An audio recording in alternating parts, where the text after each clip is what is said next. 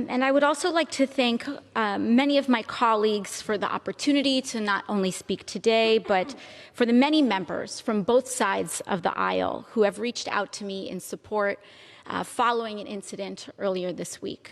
About 2 days ago, I was walking up the steps of the Capitol when Representative Yoho suddenly turned a corner, and he was accompanied by Representative Roger Williams, and accosted me on the steps right here in front of our nation's Capitol.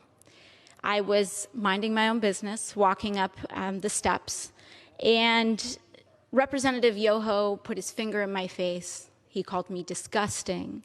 He called me crazy. He called me out of my mind. And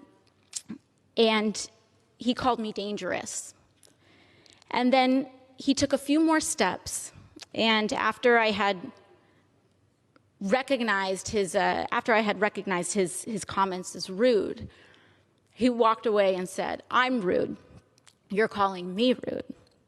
I took a few steps ahead, and I walked inside and cast my vote, because my constituents send me here each and every day to fight for them and to make sure that they are able to keep a roof over their head, that they're able to feed their families, and that they're able to carry their lives with dignity.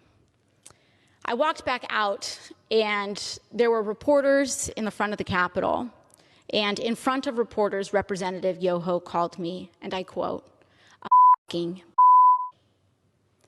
These are the words that Representative Yoho levied against a congresswoman, the congresswoman that not only represents New York's 14th congressional district, but every congresswoman and every woman in this country, because all of us have had to deal with this in some form, some way, some shape, at some point in our lives.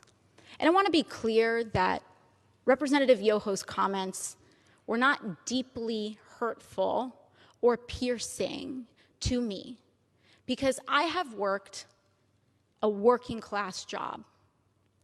I have waited tables in restaurants. I have ridden the subway. I have walked the streets in New York City. And this kind of language is not new. I have encountered words uttered by Mr. Yoho and men uttering the same words as Mr. Yoho while I was being harassed in restaurants. I have tossed men out of bars that have used language like Mr. Yoho's. And I have encountered this type of harassment riding the subway in New York City. This is not new. And that is the problem. Mr. Yoho was not alone. He was walking shoulder to shoulder with Representative Roger Williams. And that's when we start to see that this issue is not about one incident. It is cultural. It is a culture of lack of impunity, of accepting of violence and violent language against women, and an entire structure of power that supports that. Because not only have I been spoken to disrespectfully, particularly by members of the Republican Party and elected officials in the Republican Party, not just here, but the President of the United States last year told me to go home to another country, with the implication that I don't even belong in America. The governor of Florida, Governor DeSantis, before I even was sworn in, called me a whatever that is. Dehumanizing language is not new. And what we are seeing is that incidents like these are happening in a pattern. This is a pattern of an attitude towards women and dehumanization of others. So while I was not deeply hurt or offended by little comments that are made, when I was reflecting on this, I honestly thought that I was just going to pack it up and go home. It's just another day, right? But then yesterday, Representative Yoho decided to come to the floor of the House of Representatives and make excuses for his behavior. And that I could not let go.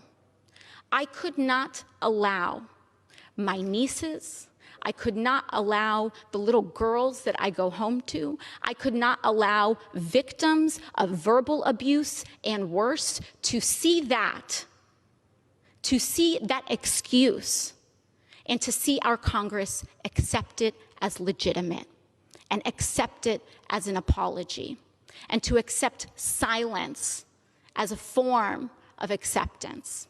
I could not allow that to stand, which is why I am rising today to raise this point of personal privilege. And I do not need Representative Yoho to apologize to me. Clearly, he does not want to. Clearly, when given the opportunity, he will not. And I will not stay up late at night waiting for an apology from a man who has no remorse over calling women and using abusive language towards women. But what I do have issue with is using women, our wives and daughters, as shields and excuses for poor behavior. Mr. Yoho mentioned that he has a wife and 2 daughters. I am 2 years younger than Mr. Yoho's youngest daughter. I am someone's daughter, too. My father, thankfully, is not alive to see how Mr. Yoho treated his daughter. My mother got to see Mr. Yoho's disrespect on the floor of this house towards me on television. And I am here because I have to show my parents that I am their daughter and that they did not raise me to accept abuse from men.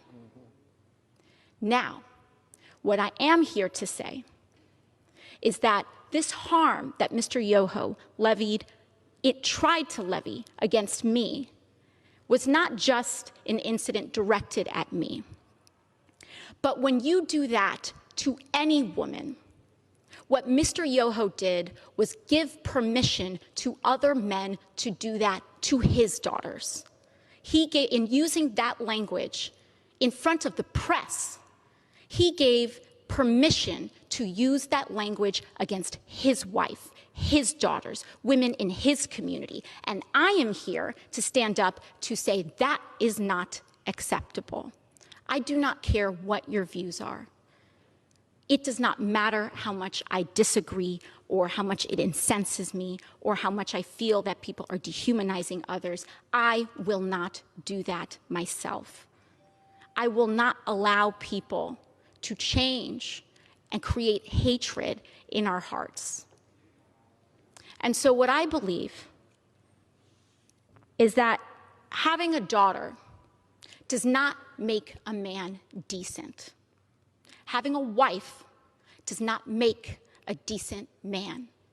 Treating people with dignity and respect makes a decent man. And when a decent man messes up, as we all are bound to do, he tries his best and does apologize. Not to save face, not to win a vote.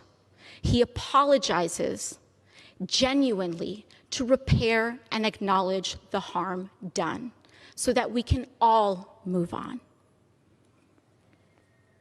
Lastly, what I want to express to Mr. Yoho is gratitude.